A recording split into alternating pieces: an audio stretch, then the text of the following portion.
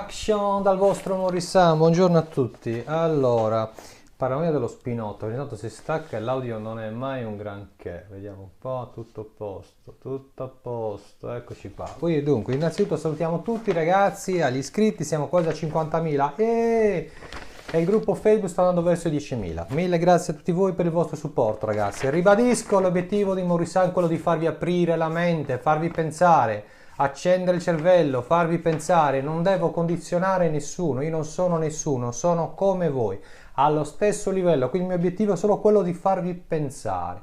Purtroppo le trasmissioni di regime, stile Grande Fratello, media, vi hanno chiuso il cervello, vi hanno inserito un sistema operativo guasto. Bisogna rimuovere quel sistema operativo e inserirne uno nuovo, cioè il vostro credo, voi siete migliori. Chiarito questo, quello che non vi diranno mai, ovviamente i media ci insegnano a dire voi siete delle merde, voi dovete stare zitti, dovete ascoltare i politicanti. By the way, vi avevo promesso che facevo una puntata su Greta Thunberg, ragazzi, vi dico la mia. Allora, io quella ragazzina l'ho odiata dal primo giorno, a me non piace, ok? Però il termine odiare non è bello, non mi è mai piaciuta, mettiamola così. Però reputandomi una persona intelligente, io dico, vabbè, è presente quando c'è una persona che ti sta sulle palle, però dice cose intelligenti, allora dice, vabbè, mi sta sui coglioni, però dice cose intelligenti, quindi per me è una persona intelligente. Greta Thunberg per me non ha mai detto un cazzo, ok? Vi faccio il collegamento di questa bambina che saltano fuori dal nulla, come i personaggi stile Colao, ok? Tra milionari ci sono delle guerre. Stanno su coglioni tra di loro. Faccio un esempio, Richard Branson, che è un imprenditore che io stimo, però è amico di Barack Obama, già mi sta un po' sui coglioni. Però non si può vedere con Donald Trump. Quindi ci sono delle guerre anche tra milionari, tra poteri forti. Ok. Donald Trump non può vedere Barack Obama. Io sono più per Donald Trump, non sono per Barack Obama. Ma non è questo di cui voglio parlare. Però cosa voglio dire? Donald Trump si candida a vincere le elezioni nel 2016, ok? Dopo un anno saltano fuori questi personaggi come la Greta Thunberg, perché Trump aveva parlato che avrebbe riaperto le miniere di carbone, avrebbe fatto questo, avrebbe fatto l'altro, e chi sta al potere sa, quegli occulti, quegli illuminati fulminati, sanno che Donald Trump sul lato pratico realmente avrebbe rilanciato l'economia, e chi sta al potere, come ho detto, vuole Criccetti, non vuole gente che diventa ricca, non vuole l'operaio che diventa ricco. Ti devono tenere in povertà. E se voi guardate gli stipendi, ricordiamoci cosa ha fatto Prodi quando ha portato l'inculata euro in Italia, creano dei modelli finanziari per tenervi in schiavitù, cioè dovete fare il criccetto, state dentro la gabbia tutto il giorno, domani lavorare, mio figlio all'asilo, ci passa il tempo e siete delle merde, invecchiate e non avete più l'energia per combattere, ok? Quindi è normale che l'1% della popolazione vi vuole poveri, perché il povero, come ho detto mille volte, lo puoi comandare. Sì, il termine giusto è lo puoi comandare, lo puoi controllare e comandare. Al ricco no, il ricco non lo puoi comandare, perché il ricco si può difendere, ha i migliori avvocati, ha le armi per difendersi. Quindi allora qual è il loro obiettivo? Creare tanti poveri, tanti miserabili che tu puoi comandare. È brutto sentirselo dire, ma è la verità. Quando una persona gli dai 1.000 euro al mese, lo stai rendendo schiavo. Io ho già fatto dei video che cosa sarà l'UBI, l'Universal Basic Income. Ti manterranno per trasformarti in schiavo, uno schiavo digitale terrestre. Ti do l'elemosina, così tu per prendere il reddito di cittadinanza dovrai fare lo schiavo. Ma torniamo alla signorina Greta Thunberg, che è sparita adesso, è scomparsa completamente, hanno spento gli interruttori. Praticamente sappiamo che Soros, il grande demonio mondiale, è contro Donald Trump. Quindi cosa fanno? Creano questi personaggi, prendono questa bambina. Voglio tornare indietro di 30 anni. 30 anni fa, una certa Severn Cooley Suzuki, nel 92, ok, quasi 30 anni fa, fece gli stessi discorsi della Greta. Non la cagò nessuno, ragazzi. La ragazzina che ha fatto star zitti per 6 minuti i politici del mondo. Ragazzi, è durato un giorno, non l'ha cagata più nessuno. Da notare chi ha pompato questa ragazzina che non trova soluzioni, parla, dice stronzate, dalla bocca le escono stronzate e non trova soluzioni. Ci sono tante persone che hanno proposto soluzioni per ripulire il mare, per ripulire la plastica, non li sta cagando nessuno. No, prendono l'immagine della Verginella, ok, la 13enne Verginella, che ha anche la malattia, quindi sai, devono, come si dice, sensibilizzare la gente, la sparano 24 ore su TV di regime come la BBC, perché BBC l'ho già detto, è un TV di regime, e la trasforma un angelo, e da notare la mettono sempre affiancata a Donald Trump. Donald Trump, il mostro, quello che inquina il pianeta, e lei la Verginella che vuole salvare il mondo, sempre per screditare i classici. Donald Trump, con la sua politica del business, del cambiamento e di dare potere agli esseri umani, cioè trasformare una persona tradizionale in qualcuno che può crescere, ma come ho detto vogliono i poveri. Quindi cosa penso io di questa ragazzina? Di questa ragazzina praticamente non ha mai detto un cazzo, come sempre, si è ritirata da scuola, ma che ritorni a scuola perché mi può fregare di meno se ha lasciato la scuola. È figlia di un attore, è figlio di una cantante d'opera, ovviamente in quel mondo sanno come manipolare, soprattutto l'informazione. Ha scritto un libro di merda, La mia casa in fiamma, che non può parlare tutto tranne che di ecologia, tranne un trafiletto così piccolo.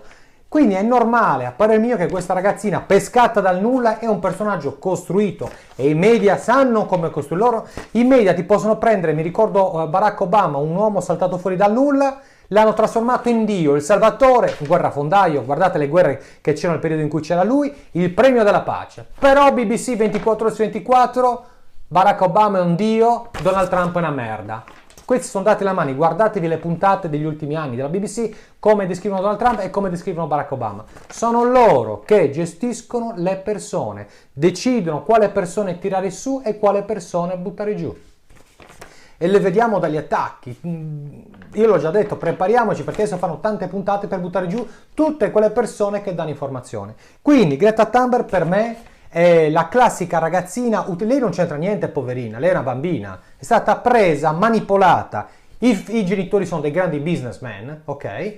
Creato sta posizione, sono nel mondo di Hollywood, sono a fianco alle persone come Soros e costruiscono il personaggio. È normale che un personaggio così è costruito a tavolino. Non salta fuori la Verginella, adesso vado alle Nazioni Unite a raccontare che siamo contro il petrolio. Ma siamo tutti contro il petrolio, siamo tutti per un mondo migliore. Solo che, ripeto, viene messa contro i personaggi come Donald Trump che non vogliono che vinca le elezioni.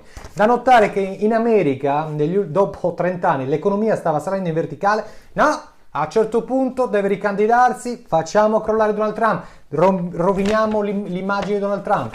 Ormai è chiaro, ragazzi, non ci voglio io per capire queste cose.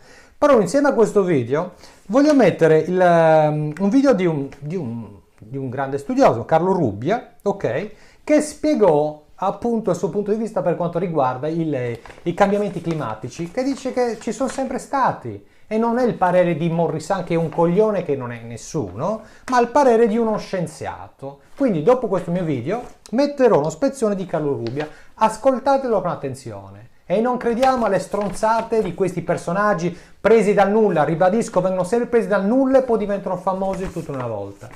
Buona visione, thank you for watching.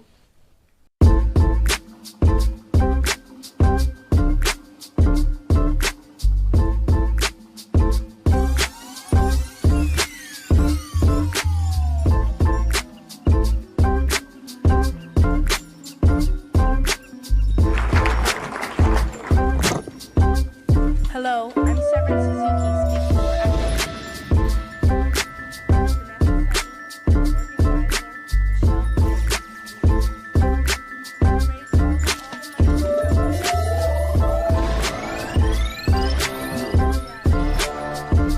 I am fighting for my future. Losing my future is not like losing an election or a few points on the stock market. I am here to speak on behalf of the starving children around the world whose cries go unheard. I am here to speak for the countless animals dying across this planet because they have nowhere left to go. I am afraid to go out in the sun now because of the holes in our ozone. I am afraid to breathe the air because I don't know what chemicals are in it.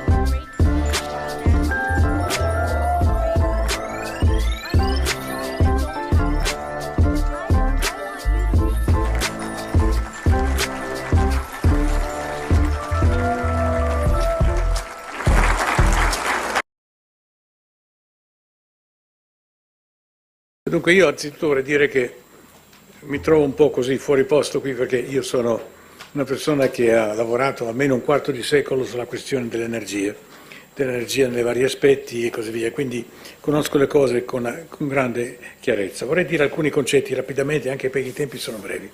La prima osservazione è che il clima della Terra ha sempre cambiato, è sempre cambiato. Oggi noi pensiamo, in un certo senso, probabilmente in maniera falsa, che se non facciamo nulla, se teniamo la CO2 sotto controllo, il clima della Terra resterebbe costante. Questo non è assolutamente vero.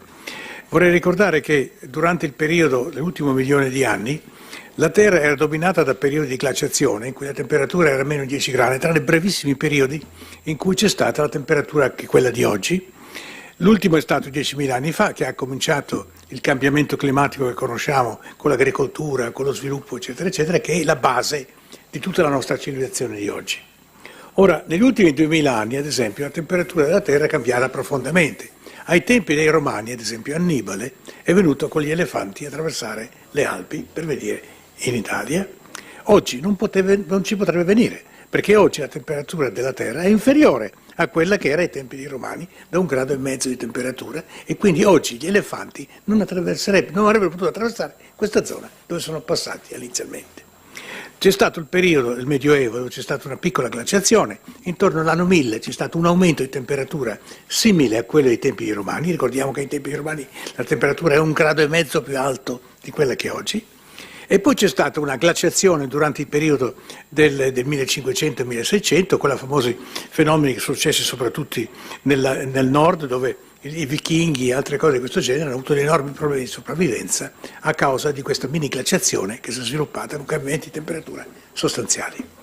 Se restiamo nel periodo degli ultimi 100 anni, ci sono stati dei cambiamenti climatici sostanziali che sono avvenuti ben prima dell'effetto antropogenico, dell'effetto serra e così via, che sono, per esempio negli anni 40 c'è stato un cambiamento sostanziale, poi c'è stato un cambiamento di temperatura che in qualche modo è considerato la presenza dell'uomo. Non dimentichiamo che quando sono nato io la popolazione della Terra era 3,7 volte più piccola di quella che è oggi e il consumo energetico primario è aumentato 11 volte nella mia vita.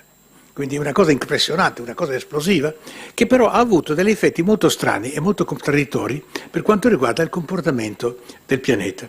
Vorrei ricordare, e chiedo al Ministro conferma di questa cosa, che dal 2000 al 2014 la temperatura della Terra non è aumentata, è diminuita di meno 0,2 gradi, che noi non abbiamo osservato negli ultimi 15 anni nessun cambiamento climatico di dimensione. E questo è un fatto che tutti vostri dovrete rendervi conto, perché non siamo di fronte a un'esplosione esplosiva della temperatura. La temperatura è montata fino all'anno 2000, quando c'è stato l'inizio, Paciauri, IPCC, eccetera. Da quel momento lì noi siamo rimasti costanti, anzi siamo scesi di 0,2 gradi. È giusto, Ministro, o no? È giusto? È giusto? No, lasci perdere le previsioni, io guardo i fatti. Il fatto è che la temperatura della Terra negli ultimi 15 anni, media della Terra, non è aumentata, è diminuita, va bene? E nonostante questo ci troviamo di fronte a una situazione assolutamente drammatica, che è il fatto che le emissioni di CO2 stanno aumentando in maniera esponenziale. Tra le varie soluzioni dell'IPCC c'è la soluzione del business as usual, che è quella più alta di tutte, che indica che effettivamente anche grazie allo sviluppo della Cina e degli altri paesi, l'aumento della CO2, di emissioni di CO2 sta aumentando con estrema rapidità e sta aumentando in maniera tale che, a mio parere, tutte queste speranze che noi abbiamo di ridurre il consumo energetico facendo azioni politiche o altre sono contraddette dal fatto che oggi il cambiamento climatico e del CO2 è un aumento esponenziale che non ha neanche dimostrato una tendenza a ridursi, sta continuando ad andare liberamente come un'esplosione di questo genere. Quindi tra questo e arrivare nel 2020, nel 2030 a girare le cose è un grandissimo difetto. Vorrei ricordare che a questo punto l'unico paese che nel mondo è riuscito a mantenere e ridurre le emissioni di CO2 è paradossalmente gli Stati Uniti. Non l'Europa, non la Cina, gli Stati Uniti. Perché? Per quale motivo? Perché c'è stato lo sviluppo del gas naturale che adesso sta rimpiazzando fondamentalmente le emissioni di CO2 e questo è dovute dovute dal carbone e oggi le emissioni di CO2 in America oggi le emissioni di energia elettrica in America sono il doppio, sono più grandi di queste, grazie a gas naturale, di quelle che fanno gas. Questa è una cosa. Ricordiamo anche un'altra cosa, che il costo del nostro, e qui voglio finire qui, il costo dell'energia elettrica in America è 2 volte il costo dell'Europa. Perché? Il consumo della chimica fine in Europa è deficitaria, è in crollo fisso, perché fondamentalmente in America si stanno sviluppando delle tecnologie grazie a uno sviluppo tecnologico ambientale importantissimo che ha permesso veramente di cambiare la cosa. Questo dà un messaggio chiaro che soltanto attraverso lo sviluppo tecnologico noi possiamo cercare di entrare in competizione con i vari paesi, non attraverso misure del tipo dell'Unione Europea, che sono sempre state misure di coercizione, state misure di impegno politico, formale, senza dietro un'idea, una cosa, una soluzione. E se noi confrontiamo la situazione americana, dove c'è un progresso effettivo nel vantaggio tecnologico, che crea business, crea posti di lavoro, crea tutte le cose di questo genere, e guardiamo la situazione europea, dove noi siamo lì a dirci che dobbiamo ridurre perché se non riduciamo finiremo in un disastro, eccetera, eccetera, eccetera. Questo tipo di cose, secondo me c'è una grandissima differenza. Anche l'ambiente, e adesso voglio finire, anche l'ambiente, anche le soluzioni che viene dalle energie rinnovabili.